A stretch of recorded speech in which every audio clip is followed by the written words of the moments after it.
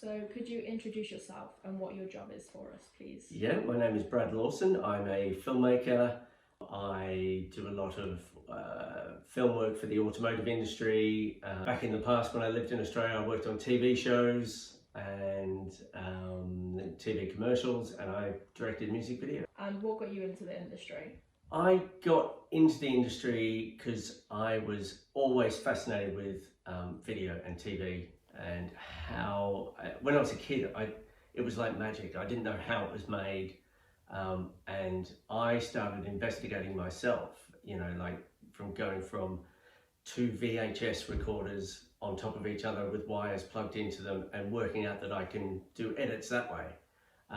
My parents got a video camera when I was like in year 8 at school, so I was probably 13 or 14, and I just started making things, and I started goofing around with that, and I, not knowing what I was doing or what rules you have to follow or not follow or whatever, and I just put music to them and edit them together on these two VHS machines, and it was very slow and very primitive, but that's how I got started. What's the most memorable project you've worked on?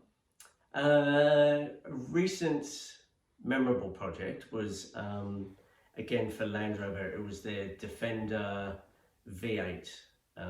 So I got given the film and was asked if I could come up with an idea for it. So basically, they wanted to look back through the heritage of the V8 Defenders, and I came up with this idea of having a series of heritage vehicles in it, but shooting them in a way where they moved in and out of the shot where the current vehicle was running. So we used a drone to shoot these shots, and we had to precision time the shot so that the car was running that way, and then when it went behind something, we could do an edit to the old car running through.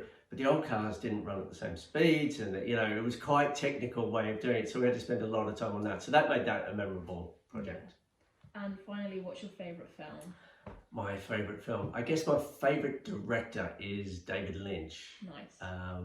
And out of his films, probably Blue Velvet was the earliest film I sort of got into. I was into the Twin Peaks TV show before that, and then discovered Blue Velvet, and I guess all his films since then, it's just that they've got so many layers to them that, there's what's happening on the surface, but then there's all the meta stuff that's happening beneath, which just has always fascinated me, that you've got the story and the plot and whatever, but then you've got the true meaning of the film that you can discover years later after watching so many times. Yeah, that was really good. Thank you.